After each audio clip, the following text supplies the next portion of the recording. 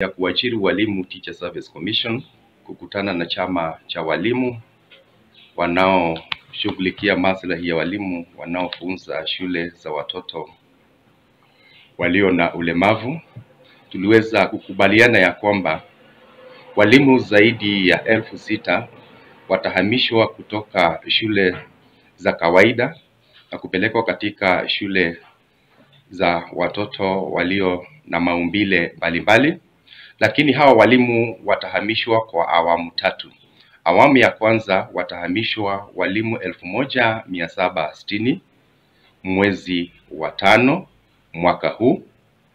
Awamu ya pili itakuwa ni walimu 2000 ambaye watahamishwa Disemba mwaka huu, na awamu ya 3 hawa walimu watahamishwa walimu 2200 mwezi wa 7 mwaka 2025.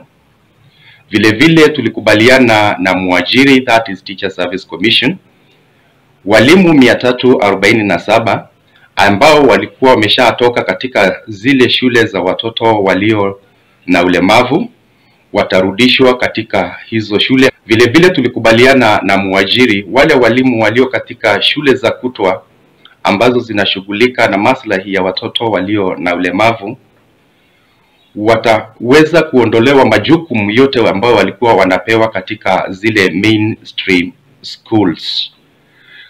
Vile vile kuna walimu ambao hawajaonyesha kutaka kuhamishwa kutoka shule za kawaida hadi shule za watoto walio na ulemavu. Kama chama tunawauliza waweze kujaza au